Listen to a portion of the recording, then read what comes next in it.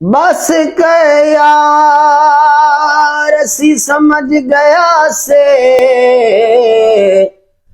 तुसी अगले यार न रहे हो। खस के दिलड़ी भला में बेकस दी उतू बेपरवाह थी गए हो। ते अगले जख्म ते पे चरमांदे उतू लोन सटेंदे पे गुलाम फरीदा भला में आजिज़ ते केड़ा जुल्म करेंदे पे।